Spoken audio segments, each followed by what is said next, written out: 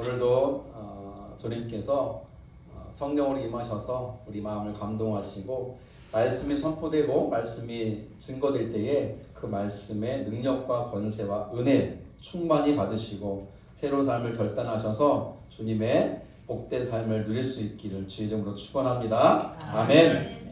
오늘은 마가복음 강의 20번째 시간입니다. 빈손의 권능과 은혜라는 제목의 말씀 나누도록 하겠습니다. 제목 같이 읽어보죠. 빈손의 권능과 은혜.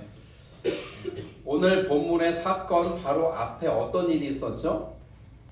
쉽게 말하면 지난주 주일 말씀이 어떤 내용이었습니까? 엊그저께 목장 모임 때도 나눴을 텐데 벌써 우리는 깜박깜박하죠. 저마다 무슨 내용이었죠? 예수님이 고향 나사렛에 가셨는데 놀랍게도 고향 사람들이 예수님을 배척했습니다. 저 사람 목수 아니야? 저 사람 마리아의 아들 아니야? 라고 하면서 비아냥거리고 비웃음을 지었고 예수님의 말씀을 받아들이지 않았고 예수님을 믿지 않았어요. 그들의 불신앙 때문에 예수님은 거기에서 어떠한 사역도 역사도 일으키지 않으셨고 거기를 떠나셨다는 그 사건이었어요. 사람들이 볼 때에 예수님의 사역에 위기가 왔다라고 볼 수 있죠. 왜냐하면 예수님이 가는 곳마다 환영받았고 사람들이 따랐고 예수님을 영웅처럼 받들었고 예수님 말씀 듣고자 했고 병 고침 받고자 했고 인생의 문제를 해결받고자 했는데 예수님의 고향 나사렛에서는 거절당하고 거부당하고 배척당했잖아요. 사람들이 무시했잖아요, 예수님을. 그러한 모습을 사람들이 보고 야, 예수님의 사역에 빨간불이 들어온 거 아니야? 예수님의 사역에 문제 생긴 거 아니야? 위기가 온 거 아니야? 예수님도 실패한 거 아니야? 이런 평가들이 따를 수 있었다는 거죠.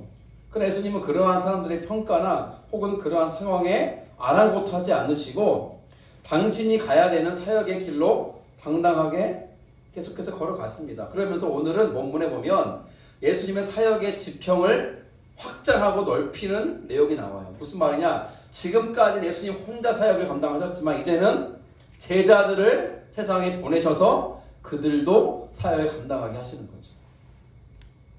그럼 혼자 일하는 것보다 여럿이 같이 일하는 게 일의 효율성도 높고 성과도 좋겠죠. 그렇죠? 여러분 예를 들어서 밤을 까는 일을 하는 사람이 혼자서 밤 한가마니를 깔 수가 없잖아요. 그거 다 깔려면 반도 못 까가지고 나머지는 썩어버릴 거예요. 그럼 어떻게 해야 돼요?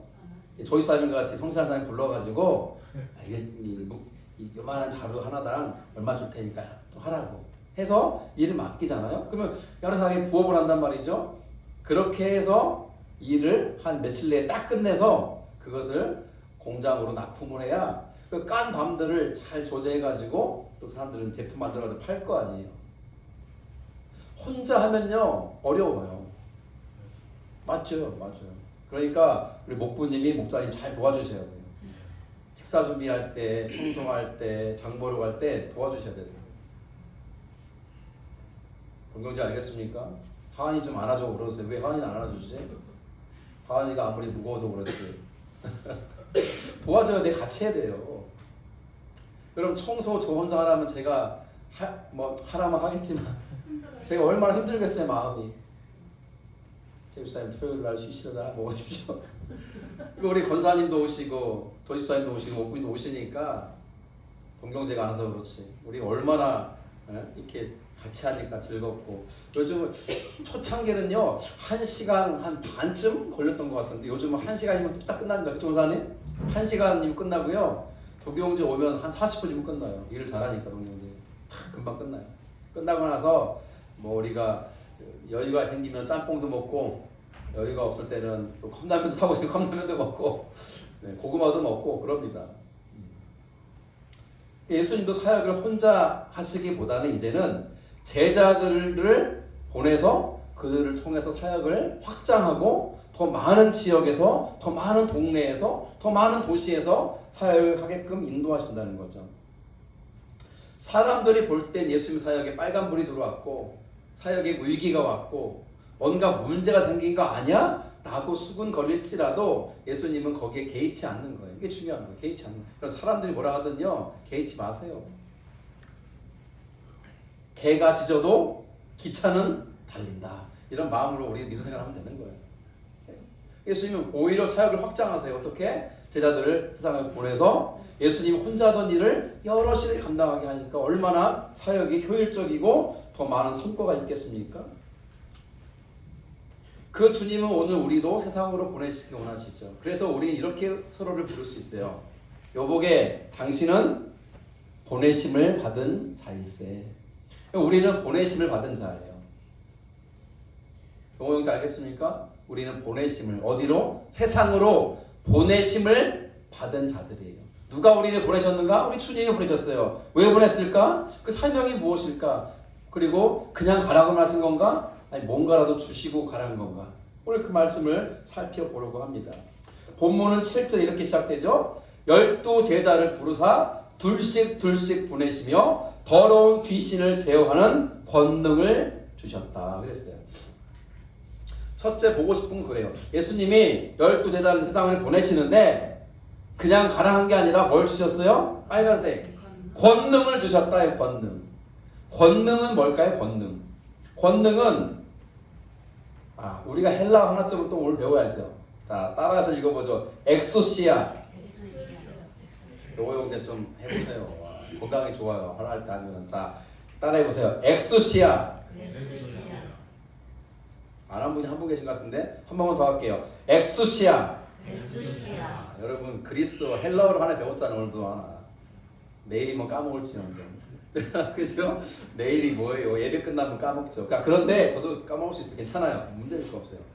이 권능을 주셨다라고 할 때 권능에 해당되는 헬라어가 엑소시아라는 건데 이 엑소시아와 비슷하게 막 능력과 힘을 의미하는 헬라어 단어 하나 더 있는데 그게 바로 듀나미스라는 단어예요. 듀나미스. 근데 그거는 물리적인 힘을 말해요.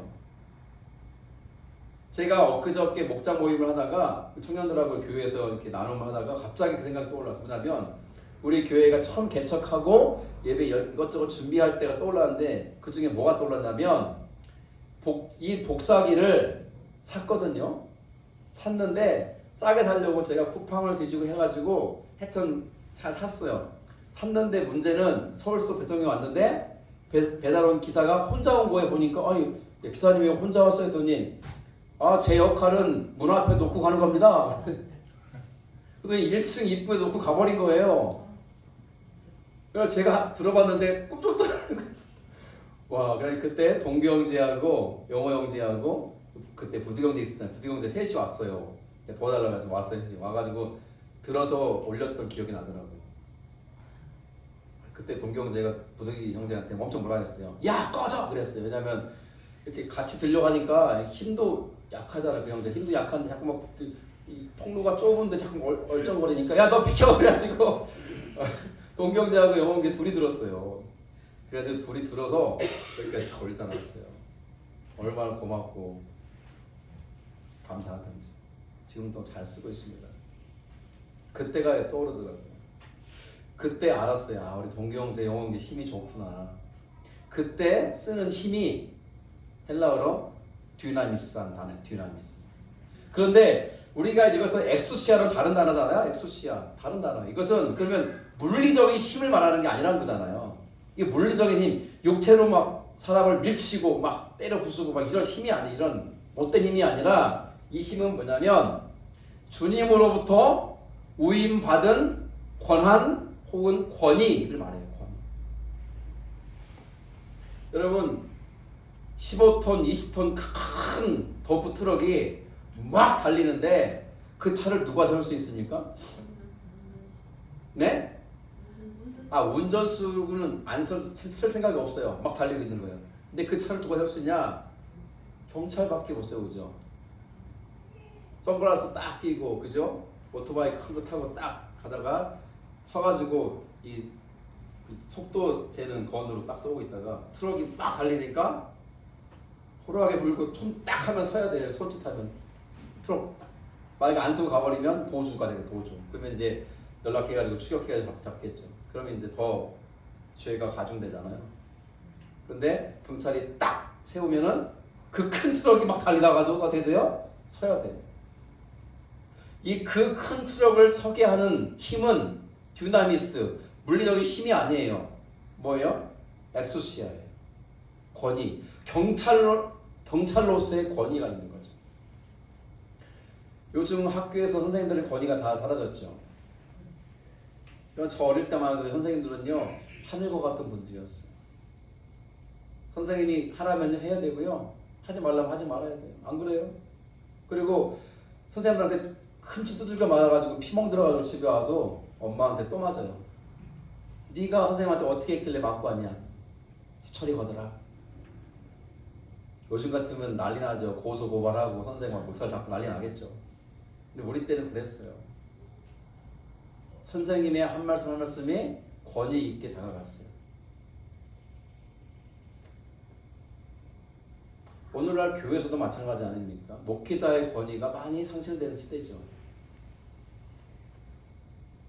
목회자에게는요, 7위권이라는 게 있어요. 7위권. 잘못된 행실을 하거나 범죄를 저지르는 교인에게 치의할 수 있어요. 교회 못 나오게 할 수도 있고요. 성찬식에 성찬을 받지 못하게 할 수도 있고요. 예배 참석 못하게 할 수도 있고 그래요. 전에는 그렇게 하면 다 따랐는데 요즘은요. 그렇게 하면 어떻게 될까요?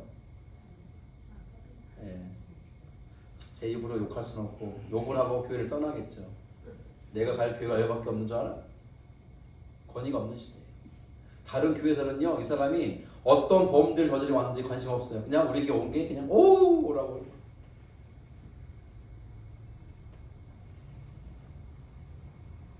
우리 교회는 그런 사람이 안 왔으면 좋겠어요. 다른 교회에서 사고치고 원래 우리 교회로 기어오는 사람이 있었으면 좋겠어요. 요즘 그런 거 없잖아요. 전 예전 초창기 한국 기독교의 이 권위가 얼마나 대단했는가 한 번쯤 제가 말씀드린 것 같은데, 신사참배를 거부하고 대쪽 같은 믿음을 지키다가 순교한 주기철 목사님이라는 분이 계신데, 그 목사님이 하은이만한 초등학교 이렇게 어린 시절부터 교회에서 이렇게 생활을 했거든요. 주기철 목사님이. 그때 주일학교 선생님 누구냐면요, 조만식 선생님. 그러니까 주기철이라는 학생의 그 꼬맹이 때부터 봐왔고 가르쳤던 분이고, 실제로 오산학교라는 학교 교장 선생님이세요. 이 조만식 장로님이. 장로이면서 교사였거든요. 여기 주일학교 교사. 그러니까 하인 같은 꼬맹이 같은 애를 키운 거예요. 근데 이 애가 커가지고 신학교에 가가지고 공부하고 목사가 돼가지고 그 교회 담임 목사로 왔거든요. 내가 가르친 꼬맹이가 목사가 돼가지고 왔어요. 채파란 20대 목사가. 근데 그날 학교에 엄청 긴급한 일이 있어가지고 이 조만식 교장 선생님이 학교 일을 막 아침 일찍까지 처리하고 오느라고 주일 예배에 1분 늦었어요. 예배가 막 시작돼서 찬송 부르는데 들어온 거예요. 그때서요. 그때 주기철 목사님이 찬송가 중지시켰어요. 찬송 그만! 도장로님 서가지고 예배드리세요. 서가지고. 밴드 서가지고. 그랬더니 교인들이 난리 난 거예요. 아니 어떻게 저럴 수 있냐. 아버지보다 훨씬 더 어른이고 교장 선생님이시고 교회 수석 장로님이신데 이 새파란 목사가 세웠잖아요. 세워가지고 서서 예배드리라고. 여러분이 조만식 장로라면 어떻게 했겠습니까? 난리 났겠죠. 이 지금 뭐 하는 거야? 소리 지르고 막 난리 폈겠죠. 근데요, 조만식 장로님은 서서 예배드려요. 서서 이렇게 고개 숙여 서서. 예배가 다 끝났습니다. 주일 예배가. 주기철 목사님이 내려가가지고 막 달려가가지고 무릎을 꿇고 장로님 죄송합니다 그랬어요. 어떻게 한줄 아세요? 장로님이 이놈의 자식이 나한테 그럴 수 있어! 그런 게 아니라 무릎을 같이 꿇으면서 목사님 일어나십시오. 제가 잘못했습니다. 여러분 훌륭한 목사님, 훌륭한 장로님 아니에요? 이런 분이 없잖아요. 이 시대에. 목사의 권위가 어디 있어요? 이렇게 하십시오. 권면하면요.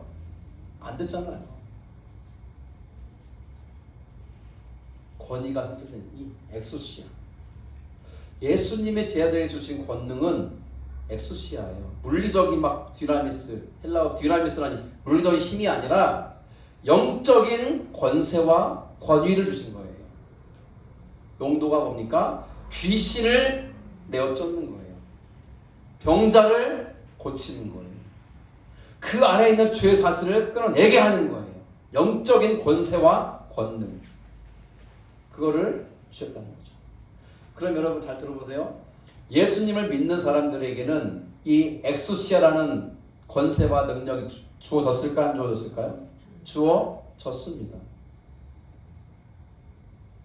잘 들으셔야 돼요. 예수님을 진짜 믿는 사람들에게는 엑소시아, 영적인 권세와 능력을 주셨다는 거예요. 그래서 진짜 예수 믿는 사람은요, 귀신 들린 자가 있을 때는요, 선포하며 기도할 수 있어야 돼요. 예수의 이름으로 선포해서 귀신이 나갔다고 가정해 보세요. 그러면 이야, 나에게 이런 능력이 있구나. 맞습니까? 아니에요. 우리에게 능력이 있어서 그런 게 아니라 주님께서 우리에게 그러한 능력과 권세를 주셨기 때문에 그런 일이 일어난 거예요. 아픈 사람을 위해서 기도할 때 병 나을 수 있죠? 그 병 나은 능력이 나에게 나간 게 아니잖아요. 내 능력으로 고친 게 아니라 나에게 병 고치는 능력과 권세와 엑소시아를 주신 주님의 능력 때문에 그 일이 일어난 거예요. 우리는 교만해질 일이 하나도 없는 거예요. 겸손만 해야죠. 그리고 아십니까? 교만해지면요, 은사가 떠나요. 은사가 떠나요. 능력도 떠나요. 교만해지면. 항상 겸손해요. 내 능력이 아니라 주님의 능력이 나를 통해서 나갔구나. 내가 만약에 여러분들 기도해가지고 병이 나갔다고 할 때는 제 능력이 아닌 거잖아요. 주님께서 우리 목사님을 통해서 내 병을 고쳐주셨구나. 내 안에 있는 근심과 염려와 두려움을 거두셨구나. 그 엑소시아를 주신 거예요. 자, 그런데 예수님이 또 우리가 보아야 될 것은 몇 명씩 보냈죠? 둘씩 보냈더니 강조하는 거예요. 2명씩 짝지어 보낸 거예요. 2명씩. 왜 그랬을까요? 12명이니까 1명씩 보냈으면 한 번에 12마을을 갈 수 있겠죠. 12마을. 근데 둘씩 보내면 몇 마을을 보낼 수 있어요? 6마을. 그러니까 절반으로 줄어드니까 예수님이 1명씩 보내지 왜 2명씩 보냈지? 왜 그랬을까요? 이유가 있어요. 이스라엘의 율법을 보면은 이걸 알아야 되는데, 율법에 따르면 누군가가 한 말이 사실이라는 것을 증명하려면 증인이 몇 명 필요해요? 최소한 2명 필요해요. 2명. 2명 이상의 증인이 있어서 그 말이 사실이라는 것을 얘기해줘요. 뒷받침해줘야 돼요. 그러면은 그게 사실로 받아들여져요. 그러니 혼자 가가지고 예수 그리스도가 우리의 구원자이십니다. 하나님의 아들이십니다. 막 이렇게 막 전한다 할 때, 야, 그 말 사실이야? 혼자 가서는 그 말을 사실로 증언하기가 힘들어요. 그죠? 한 사람이 더 필요해요. 적어도 2사람이 필요하다고 그랬잖아요. 그래서 2명씩 가라 하신 이유가 있고요. 그러한 이유 말고 또 하나 이유가 있다면은, 여러분 혼자 가면은 어때요? 마음이? 두렵고, 떨리고, 겁나고, 또 외롭고. 그래서 함께 하라고, 그리고 서로 격려하라고. 전 이 부분이 참 마음에 따뜻하게 와닿아요. 여러분 그런 얘기 있잖아요. 빨리 가려면 혼자 가고, 멀리 가려면 함께 가라, 그런 말이 있어요. 이게 무슨 뜻인 것 같아요? 말 그대로 좀 생각해보고 있어요. 빨리 가려면 혼자 가면 돼요. 저하고 제 아내가 걸으면 아내가 항상 저한테 그래요. 좀 천천히 가요. 나한테 그래요. 저는 좀 빨리 걷는 사람이거든요. 근데 제 아내는 좀 제 보폭을 못 맞추니까 좀 같이 가자고 그래요. 만약에 여러분 저 혼자 걸으면 저는 빨리 갈 수 있어요. 굉장히 빨리 가요. 저는 막 빨리 걷는 편이거든요. 빨리 가려면 어떻게 하라고요, 동경제? 혼자 가라고. 근데 멀리 가려면 어떻게 가라고? 함께 가라고. 그럼 이거 그냥 의미 있는 말이에요. 우리가 믿음 생활 빨리 하려면 혼자 해야 돼요. 청소하는 거요. 청소 잘하는 사람 한 사람이면 충분해. 사실 우리 교회 뭐 49평밖에 안 돼. 50평도 채 안 돼요. 그런데 이 청소를 지금부터 우리 2년 8개월째 했잖아요. 오랫동안 이 교회가 여기 있는 동안 또 딴 데로 옮겨가면 또 해야 되겠지만은 여기 있는 동안 오랫동안 기쁨으로 청소하려면 어떻게 해야 돼요? 함께 해야 돼요. 함께. 한 사람에게 짐 지워지면 안 돼요. 여러분. 한 사람. 함께 하는 거예요. 예수님이 제자들에게 가서 전도하고 귀신 쫓고 병자를 고치라 라고 하시면서 한 사람씩 가라 라고 한 게 아니라 둘씩 보낸 것은요 함께 하기 위함이에요. 한 사람이 길 가다가 넘어지면 어떻게 다른 사람이 일으킬 수 있잖아요. 이게 중요한 포인트인 거예요. 저는 우리 이 공동체로서 목장이 참 소중해요. 우리 청년들이 한 번은 아무도 안 온 적이 있어요. 그래서 아내하고 둘이 목장 모임 한 적이 있거든, 작년에. 그때 음식 차려놓고요 눈물 나더라고요. 우리 애들이 안 오니까. 우리 둘이 있으니까. 그래도 둘이 있으니까 할만하더라고요. 근데 만약에 제 아내가 없었더라면 저 혼자 어떻게 했겠어요? 혼자 울고 있었겠죠. 함께 하는 게 얼마나 소중한지 몰라요. 함께 한다는 게. 예수님의 이 맡기신 이 귀한 영혼 구원의 사명은요 혼자 안 돼요. 박 권사님 혼자 전도한다고 다녀보세요. 되겠습니까? 같이. 목자님을 부르세요. 권사님. 도지사님을 부르세요. 일 안 나가면. 그래서 같이. 혼자 하면 이 힘이 좀 딸려요. 같이 하면 힘이 생기죠. 그 잘하는 인간들이 이단들이잖아요. 여호와 증인, 몰몬교, 신천지 보세요. 둘씩 딱 져가지고 구무광인이, 유라천인이, 전철역인이 서가지고 나눠주잖아요. 혼자 전도하는 걸 본 적 있어요? 이단들 혹시? 없잖아요. 꼭 2명씩 붙어요. 2명씩. 성경에 좋은 건 다 가져갔어요. 걔네들이. 참 머리는 좋아요. 우리는 안에서 탈이지. 저는 선교사님들을 생각하면 아까 말씀드렸던 빚진 마음이에요. 지금도. 제가 지난 주일날 오후에 서울을 갔다가 월요일날 모임을 하고 내려왔어요. 근데 모임이 뭐냐면 우리 교회도 2년 3개월 전에 다녀가신 우리 파라과이 사역하신 장주동 선교사님이신데 2년 3개월 만에 오셨어요. 한국 방문하러. 근데 그 선교사님을 만나기 위해서 한 15명쯤의 목사님들이 모였어요. 많이 모인 거거든요. 평소 한 10명쯤 모였는데 15명쯤 모였어요. 모여가지고 선교지 이야기 듣고 어떤지 듣고 또 우리 서로 돌아가면서 목회 이야기를 나누고. 근데 이제 이야기가 한참 진행되다가 이야기가 이제 마무리되고 이제 우리 모임을 이제 파야 되는 시간이 다가왔을 때 제가 이제 총무니까 전체를 인도하는데 우리 장주성 선교사님 이제 우리 모임 마치려고 하는데 우리 모임 이렇게 파하기 전에 혹시 마지막으로 더 하시고 싶은 얘기 있으면 해주세요. 그랬더니 갑자기 숙연해지더라고요. 숙연해지더니 이 얘기하더라고요. 그 선교사님에게 자녀가 셋이 있거든요. 딸, 아들, 딸. 근데 이 딸은 늦둥이라서 지금 한 초등학교 한 3, 4학년밖에 안 돼요. 나이가 55인데. 근데 큰 딸은 이번에 대학을 졸업하는데 간호학과를 나와가지고 그저께 시험 봤겠네요. 잘 봤나 물어봐야 되겠다. 국가고시를 치렀고 이제 합격하고 하면 이제 대학병원으로 이제 이렇게 취직을 하려고 하고 있고 둘째 놈은 대학 다니고 있는데 이제 이번에 군대를 남자이니까 군대 가려고 휴학을 한대요. 곧 군대 간대요. 근데 얘네 둘이는 이제 성인이기 때문에 한국에 있는 거예요. 그리고 이 늦둥이 이 딸내미만 데리고 파라과이에서 2년 3개월 동안 있다 온 거예요. 그래 얼마나 여기 한국에 있는 이 짧은 시간이 얼마나 좋았겠어요. 보고 싶었던 큰딸 또 아들 또 걔네들 또 엄마 아빠 보고 싶었고 막내 동생 보고 싶었잖아요. 같이. 근데 그러는 거예요. 우리가 이 다섯 식구가 다 함께 모였는데요. 목사님들 그냥 같이 있는 것만으로 행복해요. 그래. 그래서 아유 진짜 그러시겠네요. 그랬더니 갑자기 오시니까 눈물이 글썽글썽하더니 왜 그러세요 했더니 이제 며칠 지면 다시 떠나야 되잖아요. 애들을 두고 딴다는 게 너무 발걸음이 안 떨어진대. 그러더니 성교사님인데 그러더라고요. 우리 목사님들끼리 모였으니까 속 얘기하는 거예요. 저 안 가고 싶어요. 저 그 말할 때 눈물이 나가지고 그럼 안 그럴 것 같으세요? 2년 반 동안 있다 온 건데 그 기간 동안 얼마나 마음이 힘들었겠냐고요. 선교지 가가지고 말도 안 통하고 스페니시 영어도 아니잖아요. 스페인어를 쓰거든요. 이쪽이 파라과이 남미가 문화도 달라요. 문화도 다르고 음식도 다르고 다 달라요. 저는 그래서 선교사님들에게 빚진 마음인데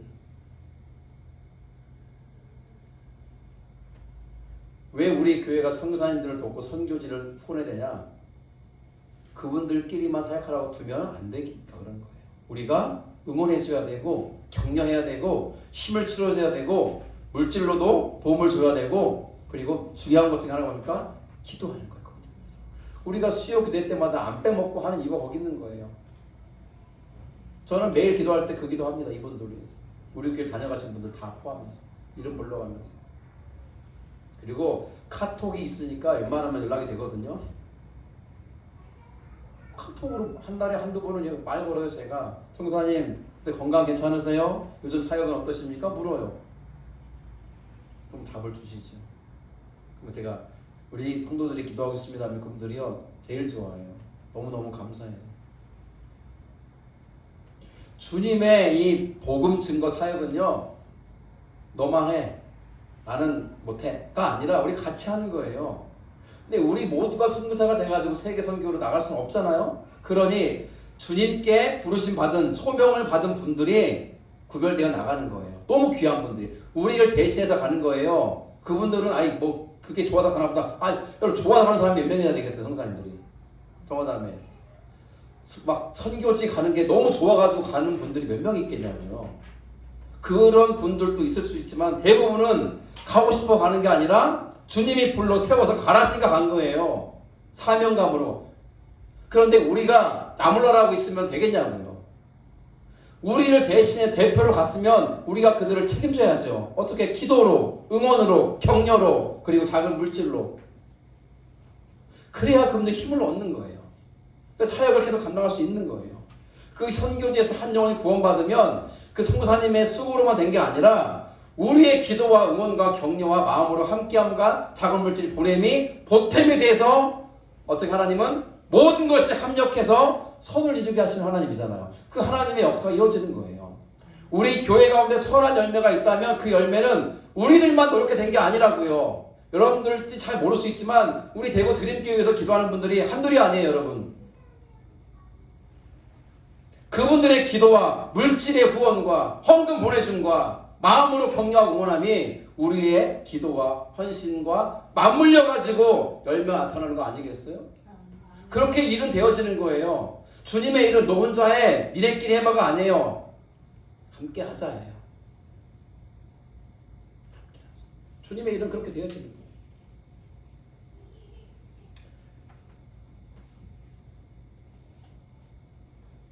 데이빗 리빙스턴이라는 분이세요.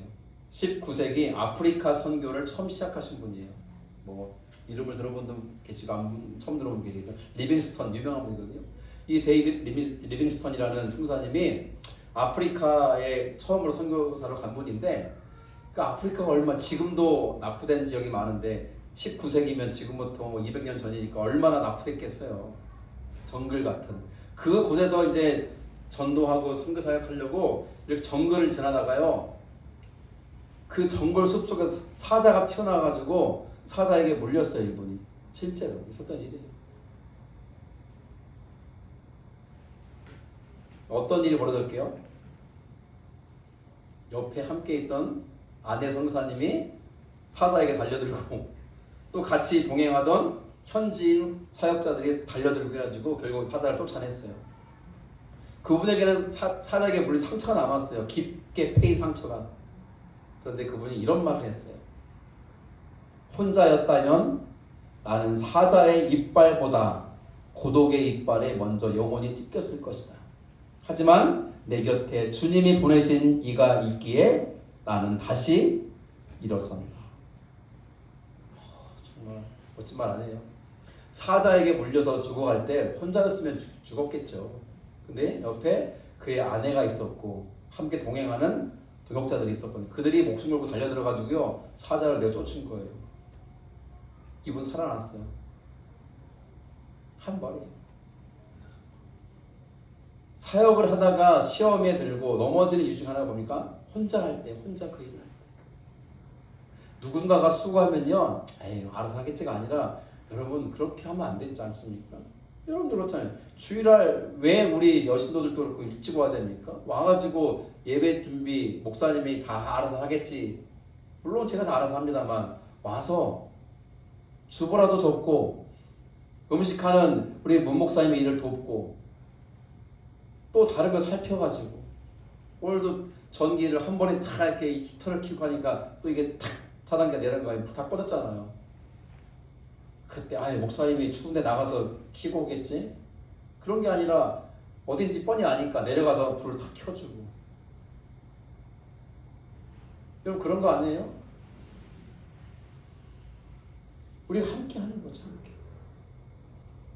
주님께서는 그 일을 명하시면서 말씀을 이렇게 해갑니다. 이 말씀이 굉장히 어려운 말씀이에요.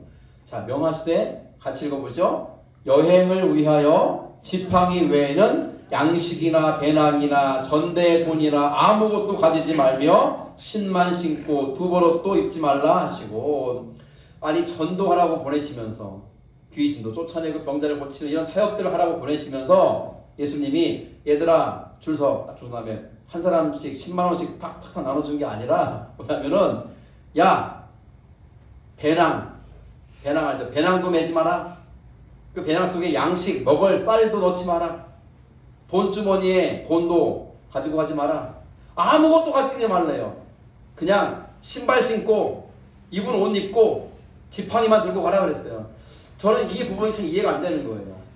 10만 원이 뭡니까? 한 100만 원씩 다 쥐어주고 한 1200만 원 들게 들고니까 야 100만 원씩 줬으니까 이거 가지고 가면 배고플 때 사 먹고 목마를 때 음료수 사 먹고 사역에 써라. 사람들 불러 모으려면 뭐가 사야 돼요? 사탕도 좀 필요하니까 사탕 사가지고 나눠주라. 돈 필요하잖아요. 돈을 줘도 무단을 파인데 예수님이 뭐라고 그래요? 가져가지 말래요. 다 빈손으로 가래요. 빈손으로. 전 이 부분이 굉장히 마음에 불편함이 있는 거예요.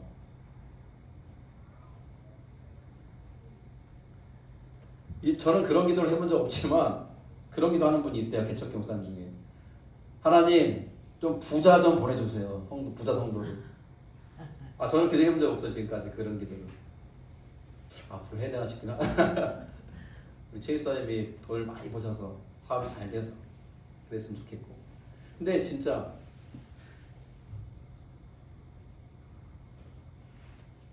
좀 이렇게 매달 우리 월세 내고 이것저것 쓰고 하는 이런 비용들 있잖아요. 그거 항상 내년에는 제발 통장을 여러분 중에 누가 관리하십시오. 통장 관리 제가 하니까 항상 그거 보고 있어요. 이게 뭐지 이게? 이번 달 월세 나갈 돈은 혹시 모자란 게 아닌가 막 봐야 돼. 좀 넉넉하게 주셔가지고 월세 걱정 없고 관리 걱정 없고 쓰고 있는 그거 걱정 없고 좀 사례비 좀 많이 받고 그랬으면 얼마나 좋아요. 근데 그게 아니라 매월 살아갈 수 있게 하니까 좀 마음이 그렇잖아요. 지금 이런 상황 아니에요?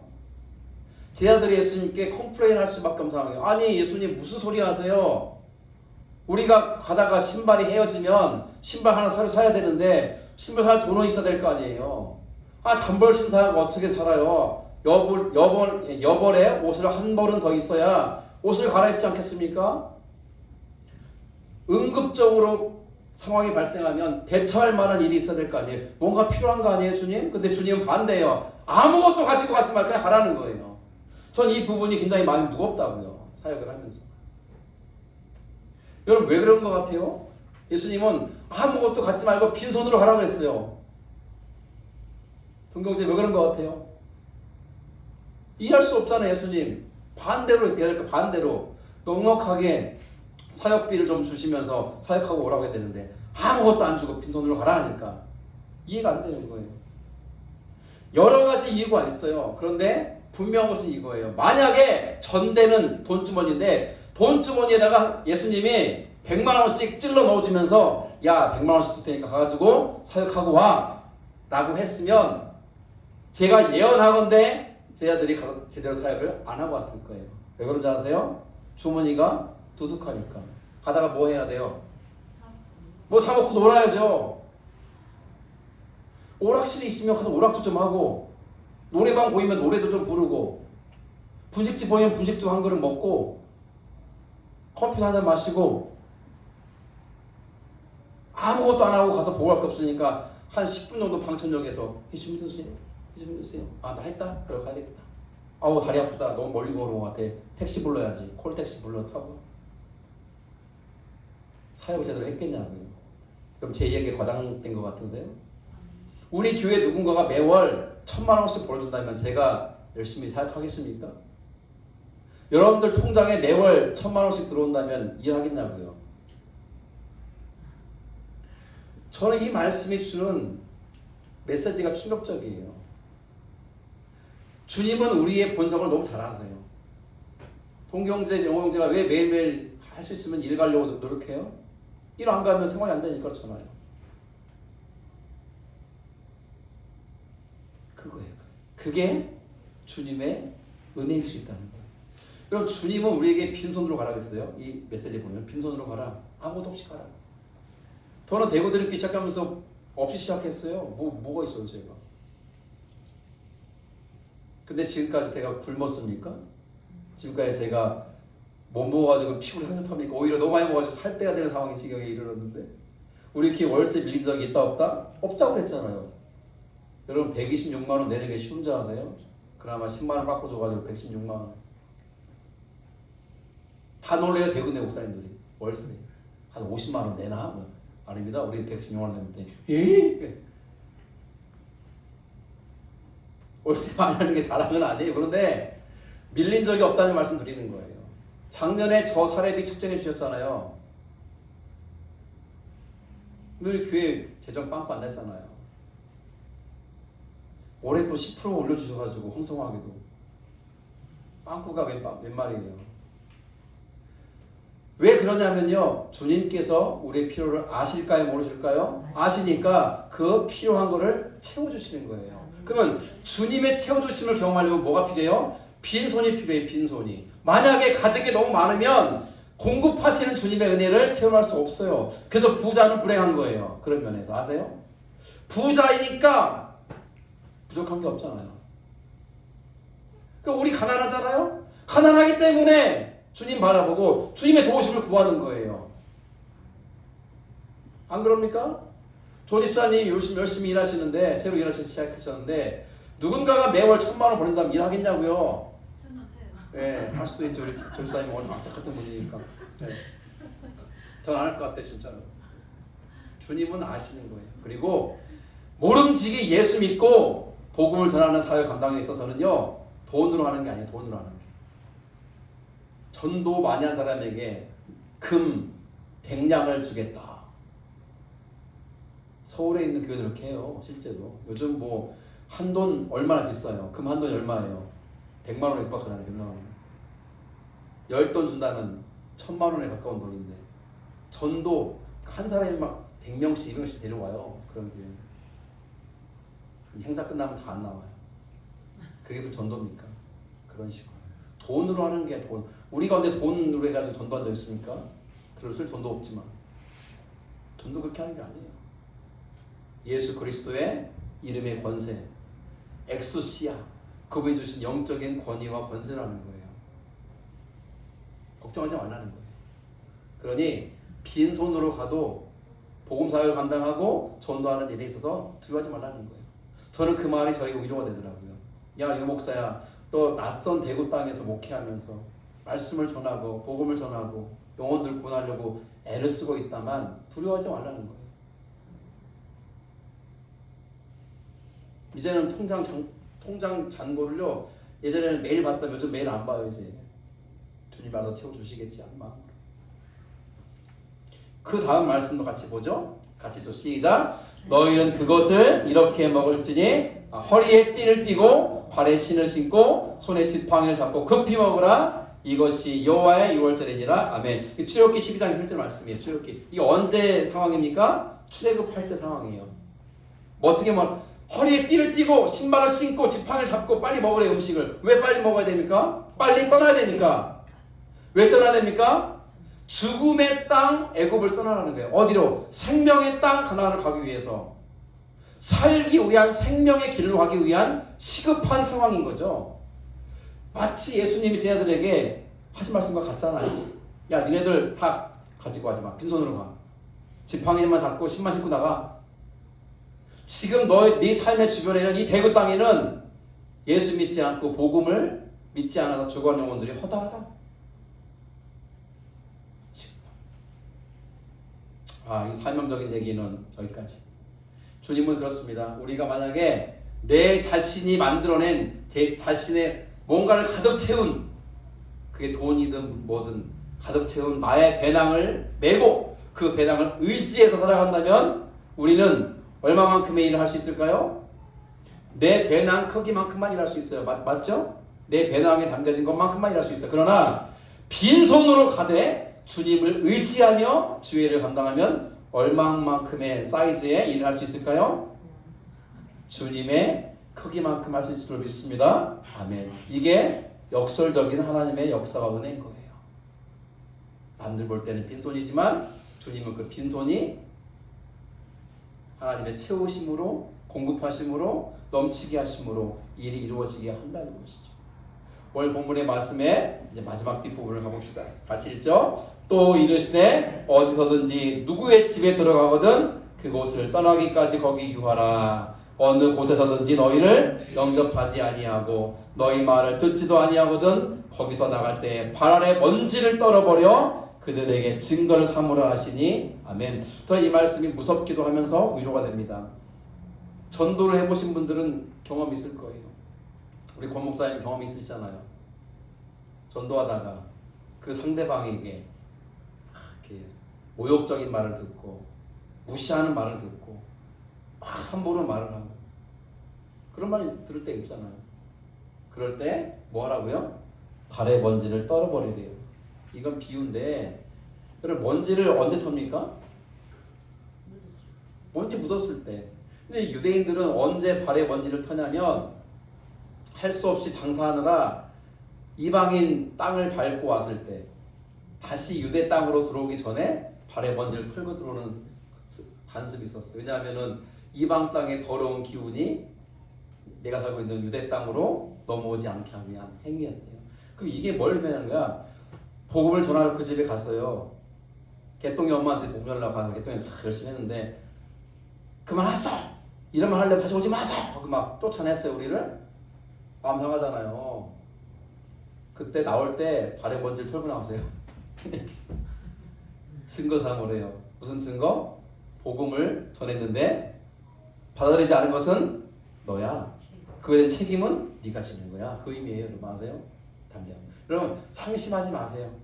복음 전도하다가 마음 아프다고 슬퍼하지 마세요. 힘들어하지 마세요. 용기 가지세요. 당당하게. 네가 받아들이지 않았어. 네 책임이야. 가는 거죠. 열심히 섬기고 열심히 챙겨주고 열심히 뭐 선물도 주고 챙겼는데도 불구하고 온다 하더니 안 와. 또 온다고 약속했잖아. 또 했더니 다시 그럼 하지 말라고 승질냈어. 나한테. 기분 나쁘잖아요. 그때 뭐라고? 발에 먼지를 털어버리라고. 마지막 9절 말씀 마치고 마무리하죠. 시작. 제자들이 나가서 회개하라 전파하고 많은 귀신을 쫓아내며 많은 병자에게 기름을 발라 고치더라. 아멘. 이렇게 해서 예수님으로부터 권능을 받은 제자들이 나가서 이 마을 저 마을에서 권능을 행함으로 그들을 회개시키고 귀신도 쫓아내고 병자를 고치면서 예수 그리스도의 복음을 증거했다는 내용으로 본문이 마무리가 됩니다. 이제 말씀을 이제 정리하면서 이 이야기를 하나 드리고 싶어요. 또 한 분의 이야기인데요. 누구냐면 이름 들어볼 거예요. 조지 뮬러라는 목사님이세요.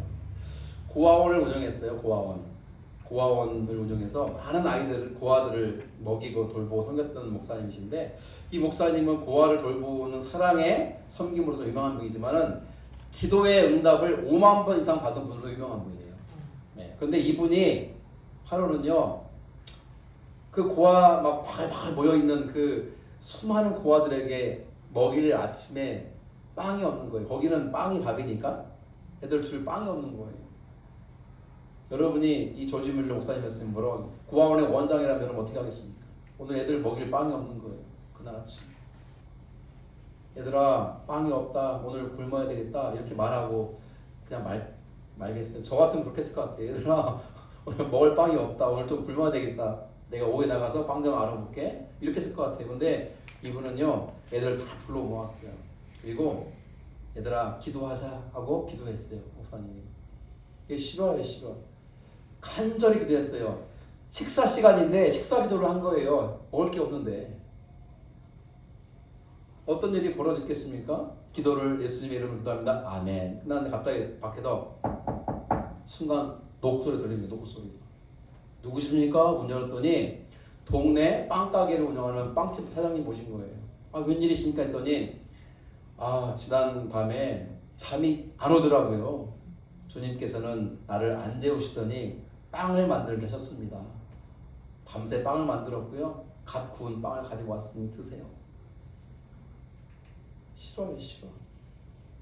주님의 일을 감당함에 때로 우리는 빈손일 때가 있다는 얘기를 하는 거예요. 그러나 그때 염려하거나 걱정하거나 불평하지 말고 나의 빈손을 채우실 주님의 역사를 기대하는 것. 그리고 맡기신 전도자의 삶을 감당하는 것. 그 전도자의 삶을 감당하는 가운데 하나님이 공급하시고 채우심을 경험할 거예요. 기억하세요. 아무것도 안 하고 있는데 채워지는 거 없어요. 내가 왜 묻는 줄 알아? 동경자한테? 동경자 친구나 지인 중에 예수 안 믿고 전도할 사람이 있어? 없는데요? 왜 없어요? 찾아보면 하나라도 있지. 그 사람을 품고 기도하는 순간, 기도하기 시작하는 순간, 그 친구에게 연락하는 순간, 문자도 보내는 순간 하나님이 그 일을 이루어 가신다고요. 그리고 내 삶의 빈손을 남겨주지 않고 하나님의 공급하신가 채우심으로 하나님의 역사를 경험케 하신다고요. 누구에게? 전도자에게. 오늘 이 말씀을 가슴에 좀 깊이 담고 이분처럼 살았으면 좋겠어요. 같이 읽죠. 시작. 사람에게 도움을 구하지 않고 오직 하나님께만 말씀드린다. 이게 이분의 좌우명인데, 좌우명. 어떤 일이 있어도 사람에게 도움을 구하지 않고 오직 하나님께만 말씀을 드리리라. 이분의 삶의 간증인 거죠. 이러한 간증이 저와 여러분들의 간증될 수 있길 주의 이름으로 축원합니다. 아멘. 다 함께 일어나셔서